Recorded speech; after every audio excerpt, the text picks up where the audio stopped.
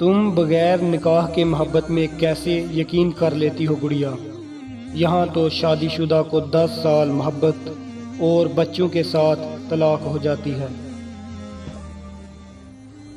अगर हमसे गलती हो जाए तो इब्लीस की तरह दिलेर नहीं होना चाहिए, बल्कि माफ़ी मांग लेनी चाहिए, क्योंकि हम इब्ने आदम हैं, इब्ने इब्लीस नहीं। शर्मगाह में आग 3 चीज़ों से लगती है।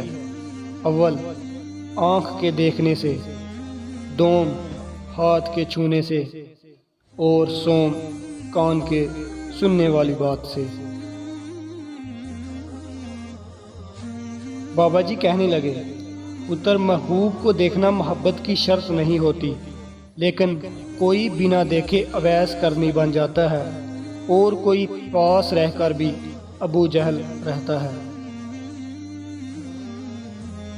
खुदा के नज़दीक किसी इंसान की इज्जत जितनी ज़्यादा होती जाती है, उसका इम्तिहान भी इस कदर सख्त होता चला जाता है।